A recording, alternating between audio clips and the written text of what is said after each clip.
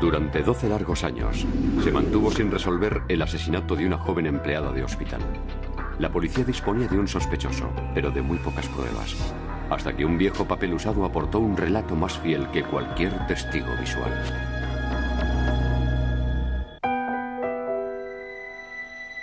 Ya desde el momento de nacer, Laura Wynne tuvo que luchar contra las adversidades. Pesó 850 gramos. Nació 3 meses prematura, pero ella estaba decidida a vivir, y así fue. Luego nos la llevaron a casa. Se quedó ciega de un ojo mientras estuvo en la incubadora.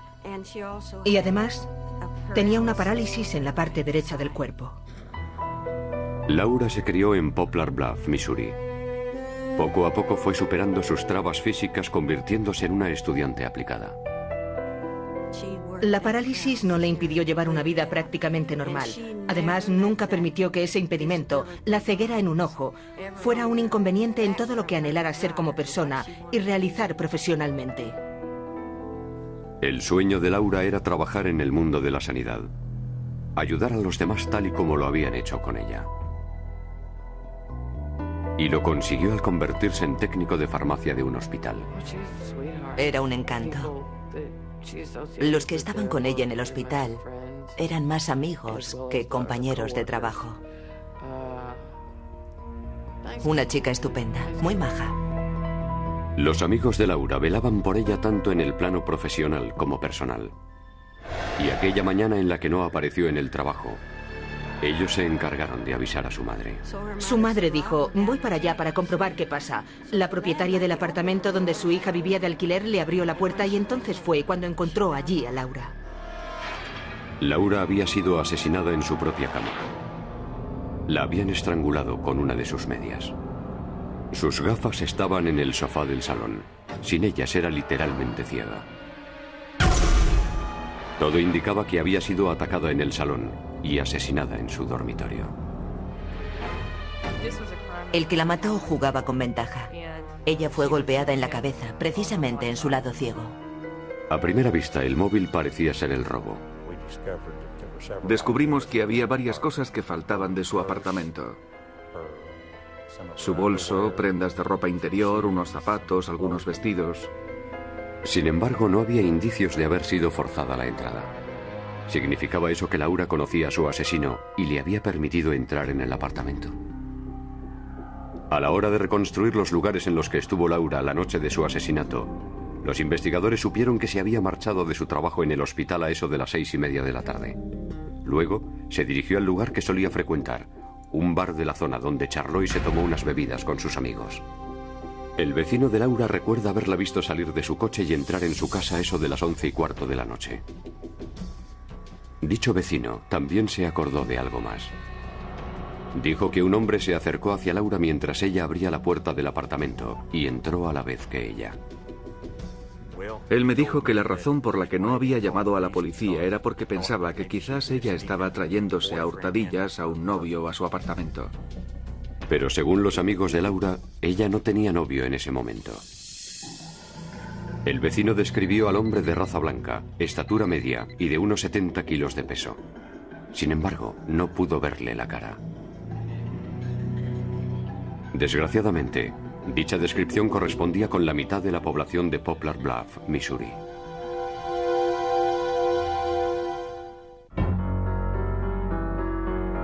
La autopsia de Laura Wynne reveló varias sorpresas. Una contusión de 6,5 centímetros junto a la oreja derecha de Laura indicaba que la habían golpeado con la suficiente fuerza como para dejarla inconsciente. ¿Qué pudo haber causado ese traumatismo? Fue un objeto contundente, algo que no dejó herida por corte en la piel. Probablemente fuera la superficie plana de un objeto duro. Pero la causa de la muerte fue estrangulamiento, y la fuerza empleada en ello fue excesiva. Con haberle asfixiado con la media unos minutos le hubiera bastado, si esa era su intención. Sin embargo, no le pareció suficiente. El ensañamiento fue tal que lo hizo apoyando una mano en su cuello, con lo que le aplastó y le rompió 2 cartílagos. También había sido agredida sexualmente. Los investigadores no encontraron huellas dactilares de otra persona en el apartamento de Laura. Pero bajo su cuerpo encontraron una pista. Un trozo de papel higiénico usado. Parecía haber una evidencia biológica en el papel. Por desgracia, en aquel entonces, la muestra era demasiado pequeña para la prueba del ADN. Los investigadores también encontraron 2 cabellos que no pertenecían a Laura en su dormitorio. Los enviaron al laboratorio y resultaron ser vello púbico de un afroamericano. Sin embargo, eso no coincidía con la descripción dada por el único testigo, quien dijo haber visto a un individuo de raza caucasiana seguir a Laura hasta su apartamento. Para aquellos que no lo sepan, cada día perdemos cabellos que van cayendo por todo el cuerpo. Ella tenía un amigo de raza negra que había estado en su apartamento y le había ayudado con la mudanza cuando ella se trasladó allí. La policía interrogó al amigo de color de Laura, quien disponía de una sólida coartada. Había estado con sus amigos la noche del asesinato. Sin ninguna pista fiable, la policía centró su atención en el bar en el que Laura había estado antes de regresar a su casa. Cuando los investigadores interrogaron a algunos clientes del local, se enteraron de que Laura había tenido una discusión con Sam Freeman, un soldado de 26 años de edad del ejército de los Estados Unidos. Laura le recriminó por molestar a 2 jóvenes que estaban jugando al billar. Sea lo que fuere, fue algo que no pasó de una confrontación verbal. Simplemente fue una discusión relativa al billar y en la que Laura le había plantado cara. Candace Shipman estuvo trabajando en el bar esa noche. Dijo que el altercado fue de poca consideración. Se alzaron la voz el uno al otro. Luego cada uno se fue por su cuenta y todo volvió a su cauce. En fin, cosas que ocurren de vez en cuando en los bares. Varios clientes del bar dijeron que Freeman dejó el local unos 20 minutos antes que Laura. Los padres de él dijeron que llegó a su casa un poco después de ese tiempo y que se quedó allí el resto de la noche. Los investigadores también se enteraron de que había otro hombre en el bar aquella noche, el exnovio de Laura, Robert McSwain. Ella le quería. Estaba perdidamente enamorada de él. Eso le atormentaba. Él no quería meter la pata de nuevo. Dejaban y retomaban su relación una y otra vez. Sus amigos dijeron que Laura esperaba casarse con Robert, pero que él no estaba por la labor. McSwain declaró haberse marchado a casa directamente desde el bar la noche del crimen. Los miembros de su familia corroboraron su coartada. Él se quedó en la casa el resto de la noche, no salió en ningún momento. Su madre y su hermana estuvieron también allí durante ese periodo. La policía se encontraba ahora en un punto muerto. Ninguno de los que estuvieron en el bar aquella noche coincidía con la descripción dada del hombre que presuntamente era el asesino. Nos dolía que no se pudiera cerrar el caso, pues nosotras no dejábamos de pensar que sería alguien de por aquí, pero vete a saber quién. Pero no era eso lo que más nos acongojaba, sino la pena de haberla perdido. Que hubiera dejado esta vida cuando era una persona tan valiosa y tan buena en todo. Sencillamente no le encontrábamos sentido a eso. Pasaron los meses, más tarde los años. La familia de Laura había perdido toda esperanza de que alguna vez su asesino fuera llevado ante la justicia. Cuando Clifford Morris se jubiló tras 35 años de carrera, un caso aún le rondaba en la cabeza. El brutal asesinato de Laura Wynn, que llevaba sin resolver durante 12 años. En su último día de trabajo le entregó el sumario del caso a uno de sus compañeros de más confianza, el detective Tim Davis. Le pedí que le volviera a echar un vistazo. Yo sabía que él era un buen detective y le exhorté a que fuera adelante e investigara a ver si él podía averiguar algo. Y eso es lo que precisamente hizo Davis, buscar algo que pudiera ser reinvestigado. Nunca se consideró un caso cerrado hasta tal punto que los procedimientos pertinentes que hubo que realizar fueron llevados a cabo. El detective Davis decidió retomar el caso y volvió a interrogar a cada persona que había estado en el bar con Laura Wynn la noche que fue asesinada. La declaración de Candace Shipman, que era una de las camareras esa noche, aportó una pista importante. Me citó algunos hechos que ella consideraba pertinentes en este caso que deseaba comunicarnos. Shipman dijo que hubo algo más entre Laura y Sam Freeman aquella noche que una mera discusión con motivo del rifirrafe del billar. Sam flirteaba con Laura. Él trataba de ganarse su cariño, pero ella no tenía interés alguno por Sam. Por lo que yo creo que hubo algo de celos por medio. Ella simplemente le puso en su lugar. Además, les recordó algo de aquella noche que ella jamás había olvidado. Se acordaba de que Sam Freeman estaba bebiendo un licor italiano llamado Galliano. Él coleccionaba botellas de formas extrañas. Cuando ella le sirvió lo último que quedaba de ese licor, él le pidió que le diera la botella porque tenía una forma muy peculiar, y ella aceptó. Me pareció de lo más normal y le regalé la botella vacía de Galliano. Los testigos recordaban haber visto a Freeman dejar el bar esa noche con la botella de Galliano. Eso era significativo por las heridas craneales de Laura. El aspecto de la herida correspondía con la forma y el tamaño de la botella. Y eso no era todo.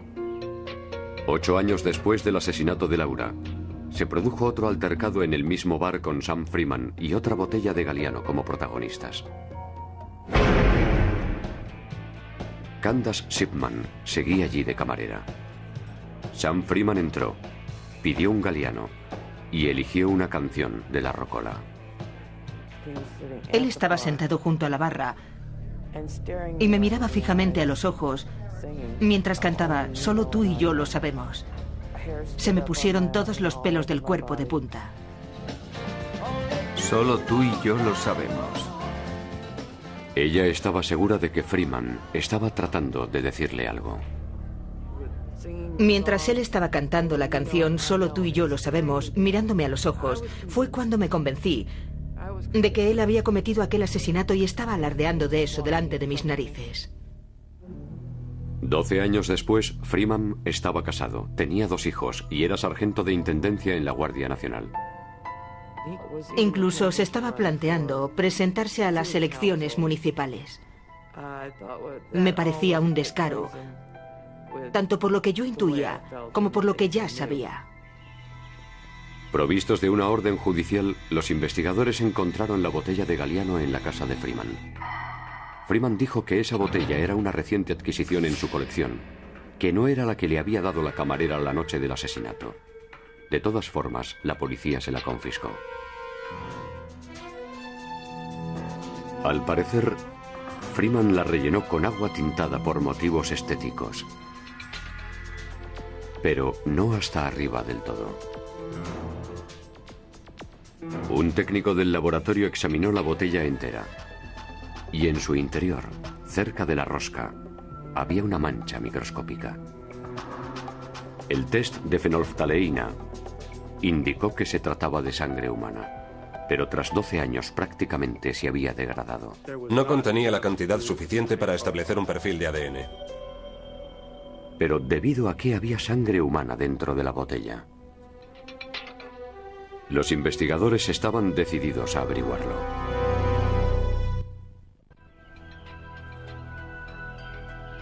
Al encontrar sangre humana dentro de la botella de Galliano en el apartamento de Sam Freeman, los investigadores empezaron a sospechar de él como autor del asesinato de Laura Wynne.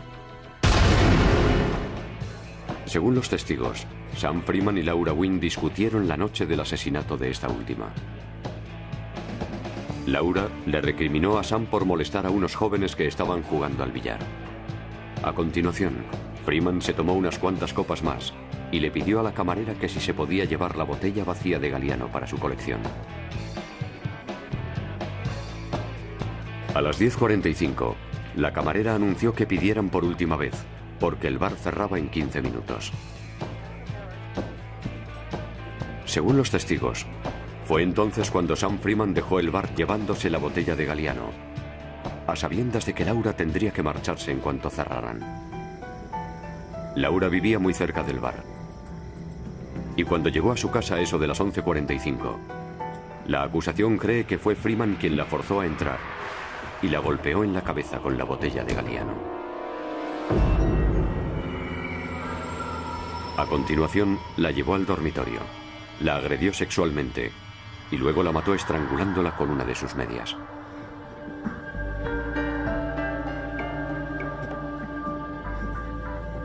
Las pruebas sugieren que se sirvió de un trozo de papel higiénico para sonarse la nariz y lo dejó junto al cuerpo de Laura. Finalmente, le robó algunos objetos y se marchó. De todas formas, esa era la hipótesis de la acusación. El problema es que disponían de muy pocas pruebas desde el punto de vista forense. Me tomo las cosas muy en serio. Todos los que me conocen saben que cada caso me preocupa. Nunca he entrado en la sala y he dicho que estoy segura de algo categóricamente.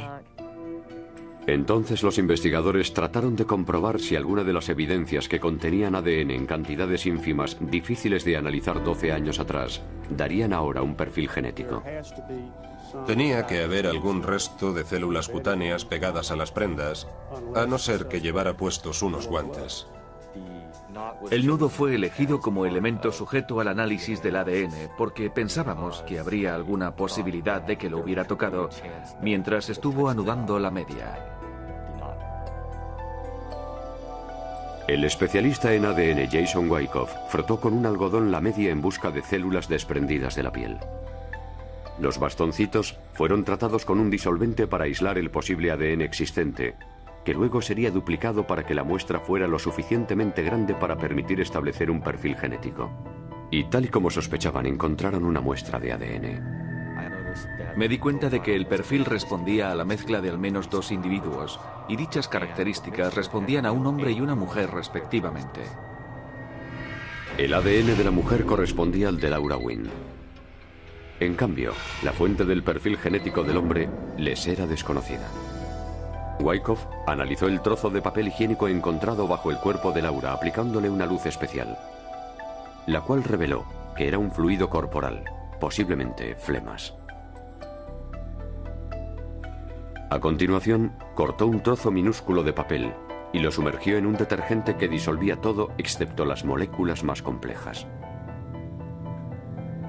El análisis del ADN clonado proporcionó de nuevo una información muy útil. La mayoría del ADN parecía corresponder al perfil característico de un varón. El paso final sería extraer una muestra de ADN de Sam Freeman. Lo primero que hicimos fue comunicarle al señor Freeman quiénes éramos y por qué estábamos allí. En este preciso instante se quedó como bloqueado. Su semblante se mostró pálido, su comportamiento cambió repentinamente. Es algo que no podría describir en otras personas, quizás su rostro reflejara el pánico. Antes de extraerle la muestra de ADN, los investigadores le preguntaron a Freeman si había estado alguna vez en el apartamento de Laura Wynn. ¿Flirteó alguna vez con ella? ¿Tuvo alguna relación sexual con ella? ¿La besó en alguna ocasión? ¿Sabía dónde vivía? Su respuesta fue no a todas estas preguntas. Pero el ADN de la muestra de saliva de Sam Freeman correspondía con el de las células cutáneas halladas en la media y con las mucosidades encontradas en el papel higiénico. La probabilidad de que el perfil genético hallado en el pañuelo y que correspondía al de un varón pudiera darse en otra persona era de aproximadamente 1 entre 6.000 millones y solo entre individuos de raza caucasiana. La única razón posible por la que el ADN de Sam Freeman se hallara en la casa, en la escena del crimen, es porque precisamente él estuviera allí y fuera el asesino. Tras 12 largos años, en septiembre de 2005, Sam Freeman fue detenido acusado del asesinato de Laura Wynn. La acusación cree que el móvil fue claro. Imaginémonos la escena. Ella, mujer y de complexión menuda, echándole un rapapolvo delante de los otros hombres a él, el Rambo de turno, el macho por antonomasia. Supongo que se sentiría abochornado, humillado, ninguneado y objeto de mofa. Fue un crimen para dejar claro quién era el más fuerte, y él fue, respecto a Laura Wynn, el que tuvo la última palabra matándola. Durante el juicio, el abogado defensor de Freeman hizo especial hincapié en los 2 cabellos ajenos encontrados en el apartamento de Laura, para así demostrar que el asesino había sido otra persona. Además, le recordó al jurado que la descripción del único testigo visual no coincidía con la fisonomía de Freeman. Alegó una duda razonable, que fue un argumento brillante por su parte. Pero la acusación siguió manteniendo que los restos de ADN eran una prueba rotunda. Creo que el quid de la cuestión es que Sam Freeman no era consciente en 1992 de haber dejado en la escena del crimen algo que le delatara, ya que no era ni semen, ni sangre, ni huellas dactilares. Pero le delató. En septiembre de 2006, el jurado encontró culpable a Sam Freeman de asesinato en primer grado.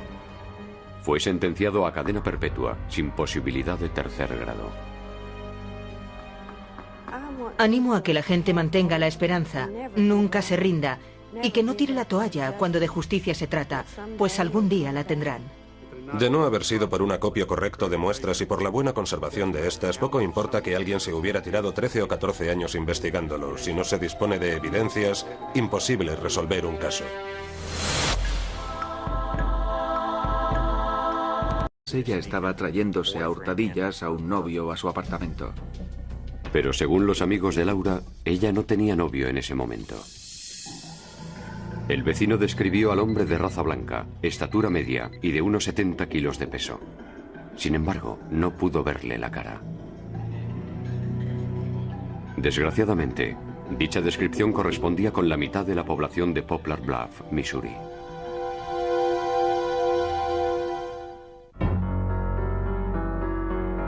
La autopsia de Laura Wynn reveló varias sorpresas. Una contusión de 6,5 centímetros junto a la oreja derecha de Laura indicaba que la habían golpeado con la suficiente fuerza como para dejarla inconsciente. ¿Qué pudo haber causado ese traumatismo? Fue un objeto contundente, algo que no dejó herida por corte en la piel. Probablemente fuera la superficie plana de un objeto duro. Pero la causa de la muerte fue estrangulamiento, y la fuerza empleada en ello fue excesiva. Con haberle asfixiado con la media unos minutos le hubiera bastado, si esa era su intención.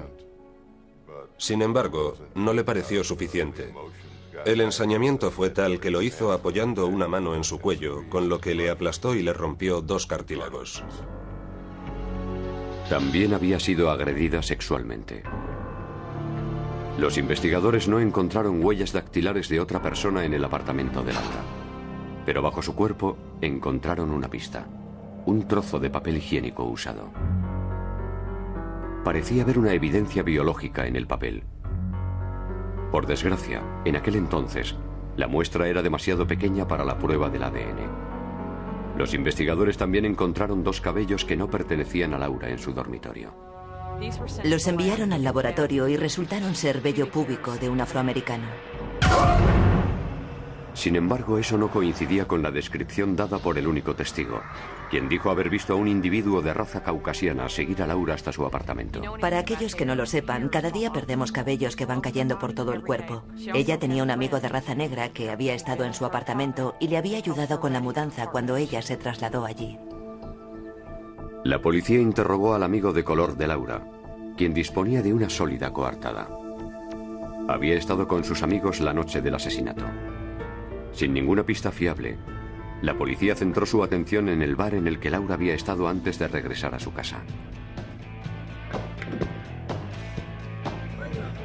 Cuando los investigadores interrogaron a algunos clientes del local, se enteraron de que Laura había tenido una discusión con Sam Freeman, un soldado de 26 años de edad del ejército de los Estados Unidos. Laura le recriminó por molestar a 2 jóvenes que estaban jugando al billar. Sea lo que fuere, fue algo que no pasó de una confrontación verbal, simplemente fue una discusión relativa al billar y en la que Laura le había plantado cara. Candace Shipman estuvo trabajando en el bar esa noche. Dijo que el altercado fue de poca consideración. Se alzaron la voz el uno al otro, luego cada uno se fue por su cuenta y todo volvió a su cauce. En fin, cosas que ocurren de vez en cuando en los bares. Varios clientes del bar dijeron que Freeman dejó el local unos 20 minutos antes que Laura. Los padres de él dijeron que llegó a su casa un poco después de ese tiempo y que se quedó allí porque el bar cerraba en 15 minutos. Según los testigos, fue entonces cuando Sam Freeman dejó el bar llevándose la botella de Galliano, a sabiendas de que Laura tendría que marcharse en cuanto cerraran. Laura vivía muy cerca del bar, y cuando llegó a su casa a eso de las 11:45, la acusación cree que fue Freeman quien la forzó a entrar y la golpeó en la cabeza con la botella de Galliano. A continuación, la llevó al dormitorio, la agredió sexualmente y luego la mató estrangulándola con una de sus medias.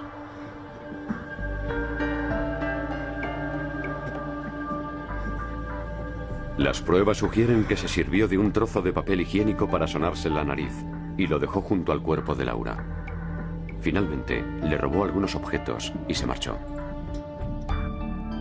De todas formas, esa era la hipótesis de la acusación. El problema es que disponían de muy pocas pruebas desde el punto de vista forense. Me tomo las cosas muy en serio. Todos los que me conocen saben que cada caso me preocupa. Nunca he entrado en la sala y he dicho que estoy segura de algo categóricamente. Entonces los investigadores trataron de comprobar si alguna de las evidencias que contenían ADN en cantidades ínfimas difíciles de analizar 12 años atrás darían ahora un perfil genético. Tenía que haber algún resto de células cutáneas pegadas a las prendas, a no ser que llevara puestos unos guantes.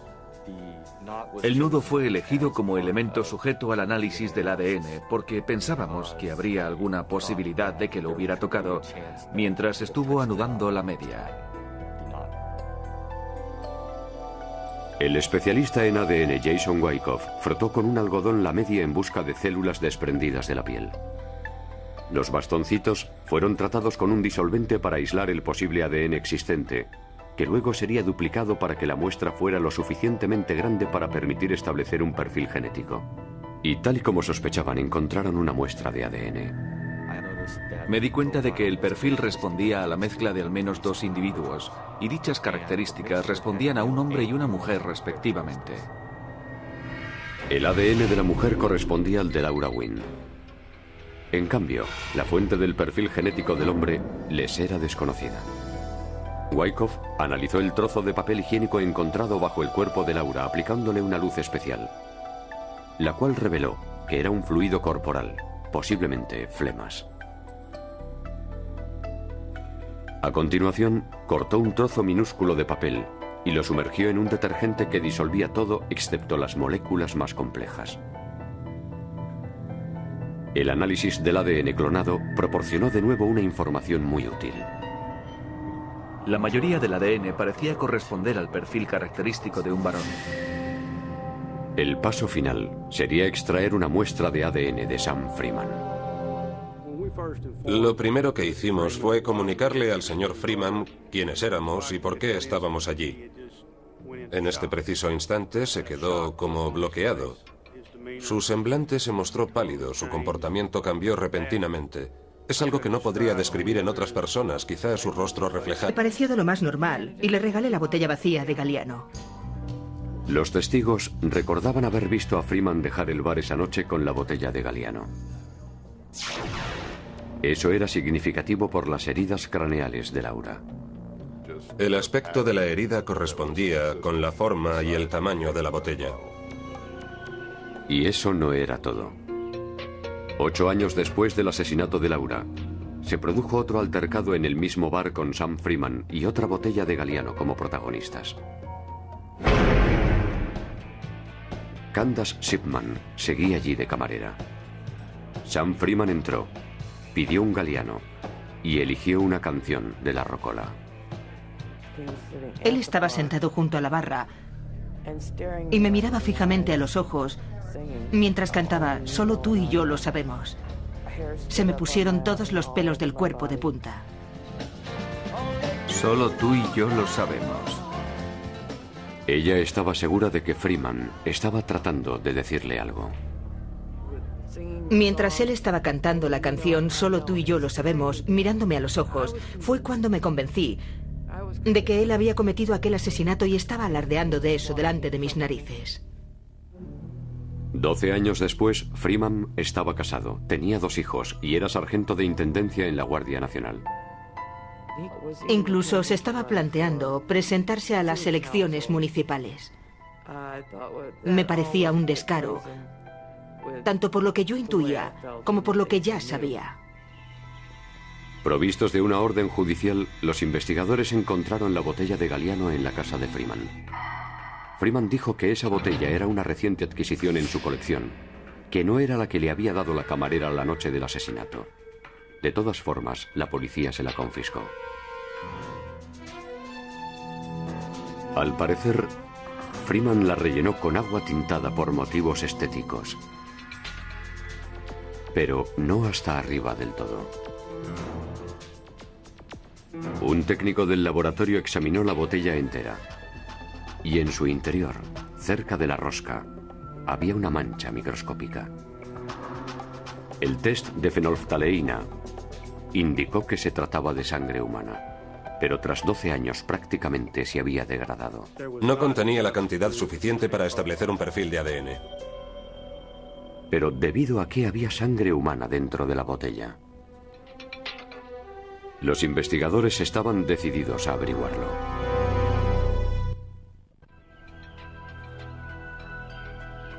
Al encontrar sangre humana dentro de la botella de Galliano en el apartamento de Sam Freeman, los investigadores empezaron a sospechar de él como autor del asesinato de Laura Wynne. Según los testigos, Sam Freeman y Laura Wynne discutieron la noche del asesinato de esta última. Laura le recriminó a Sam por molestar a unos jóvenes que estaban jugando al billar. A continuación, Freeman se tomó unas cuantas copas más y le pidió a la camarera que si se podía llevar la botella vacía de Galliano para su colección. A las 10:45, la camarera anunció que pidieran por última vez el resto de la noche. Los investigadores también se enteraron de que había otro hombre en el bar aquella noche, el exnovio de Laura, Robert McSwain. Ella le quería. Estaba perdidamente enamorada de él. Eso le atormentaba. Él no quería meter la pata de nuevo. Dejaban y retomaban su relación una y otra vez. Sus amigos dijeron que Laura esperaba casarse con Robert, pero que él no estaba por la labor. McSwain declaró haberse marchado a casa directamente desde el bar la noche del crimen. Los miembros de su familia corroboraron su coartada. Él se quedó en la casa el resto de la noche, no salió en ningún momento. Su madre y su hermana estuvieron también allí durante ese periodo. La policía se encontraba ahora en un punto muerto. Ninguno de los que estuvieron en el bar aquella noche coincidía con la descripción dada del hombre que presuntamente era el asesino. Nos dolía que no se pudiera cerrar el caso, pues nosotras no dejábamos de pensar que sería alguien de por aquí, pero vete a saber quién. Pero no era eso lo que más nos acongojaba, sino la pena de haberla perdido, que hubiera dejado esta vida cuando era una persona tan valiosa y tan buena en todo. Sencillamente no le encontrábamos sentido a eso. Pasaron los meses, más tarde los años. La familia de Laura había perdido toda esperanza de que alguna vez su asesino fuera llevado ante la justicia. Cuando Clifford Morris se jubiló tras 35 años de carrera, un caso aún le rondaba en la cabeza. El brutal asesinato de Laura Wynne, que llevaba sin resolver durante 12 años. En su último día de trabajo le entregó el sumario del caso a uno de sus compañeros de más confianza, el detective Tim Davis. Le pedí que le volviera a echar un vistazo. Yo sabía que él era un buen detective y le exhorté a que fuera adelante e investigara a ver si él podía averiguar algo. Y eso es lo que precisamente hizo Davis, buscar algo que pudiera ser reinvestigado. Nunca se consideró un caso cerrado hasta tal punto que los procedimientos pertinentes que hubo que realizar fueron llevados a cabo. El detective Davis decidió retomar el caso y volvió a interrogar a cada persona que había estado en el bar con Laura Wynne la noche que fue asesinada. La declaración de Candace Shipman, que era una de las camareras esa noche, aportó una pista importante. Me citó algunos hechos que ella consideraba pertinentes en este caso que deseaba comunicarnos. Shipman dijo que hubo algo más entre Laura y Sam Freeman aquella noche que una mera discusión con motivo del rifirrafe del billar. Sam flirteaba con Laura. Él trataba de ganarse su cariño, pero ella no tenía interés alguno por Sam. Por lo que yo creo que hubo algo de celos por medio. Ella simplemente le puso en su lugar. Además, les recordó algo de aquella noche que ella jamás había olvidado. Se acordaba de que Sam Freeman estaba bebiendo un licor italiano llamado Galliano. Él coleccionaba botellas de formas extrañas. Cuando ella le sirvió lo último que quedaba de ese licor, él le pidió que le diera la botella porque tenía una forma muy peculiar, y ella aceptó. Durante 12 largos años, se mantuvo sin resolver el asesinato de una joven empleada de hospital. La policía disponía de un sospechoso, pero de muy pocas pruebas, hasta que un viejo papel usado aportó un relato más fiel que cualquier testigo visual.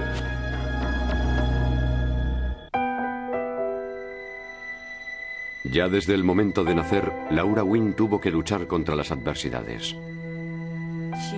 Pesó 850 gramos.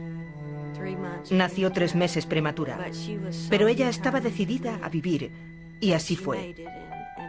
Luego nos la llevaron a casa. Se quedó ciega de un ojo mientras estuvo en la incubadora. Y además, tenía una parálisis en la parte derecha del cuerpo. Laura se crió en Poplar Bluff, Missouri. Poco a poco fue superando sus trabas físicas, convirtiéndose en una estudiante aplicada. La parálisis no le impidió llevar una vida prácticamente normal. Además, nunca permitió que ese impedimento, la ceguera en un ojo, fuera un inconveniente en todo lo que anhelara ser como persona y realizar profesionalmente. El sueño de Laura era trabajar en el mundo de la sanidad, ayudar a los demás tal y como lo habían hecho con ella.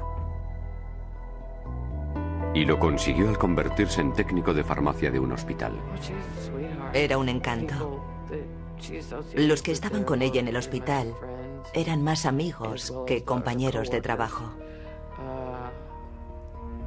Una chica estupenda, muy maja. Los amigos de Laura velaban por ella tanto en el plano profesional como personal. Y aquella mañana en la que no apareció en el trabajo, ellos se encargaron de avisar a su madre. Su madre dijo: voy para allá para comprobar qué pasa. La propietaria del apartamento donde su hija vivía de alquiler le abrió la puerta y entonces fue cuando encontró allí a Laura. Laura había sido asesinada en su propia cama. La habían estrangulado con una de sus medias. Sus gafas estaban en el sofá del salón. Sin ellas era literalmente ciega. Todo indicaba que había sido atacada en el salón y asesinada en su dormitorio. El que la mató jugaba con ventaja. Ella fue golpeada en la cabeza, precisamente en su lado ciego. A primera vista, el móvil parecía ser el robo. Descubrimos que había varias cosas que faltaban de su apartamento. Su bolso, prendas de ropa interior, unos zapatos, algunos vestidos. Sin embargo, no había indicios de haber sido forzada la entrada. Significaba eso que Laura conocía a su asesino y le había permitido entrar en el apartamento. A la hora de reconstruir los lugares en los que estuvo Laura la noche de su asesinato, los investigadores supieron que se había marchado de su trabajo en el hospital a eso de las 6:30 de la tarde. Luego, se dirigió al lugar que solía frecuentar, un bar de la zona donde charló y se tomó unas bebidas con sus amigos. El vecino de Laura recuerda haberla visto salir de su coche y entrar en su casa a eso de las 11:15 de la noche. Dicho vecino también se acordó de algo más. Dijo que un hombre se acercó hacia Laura mientras ella abría la puerta del apartamento y entró a la vez que ella. Él me dijo que la razón por la que no había llamado a la policía era porque pensaba que quizás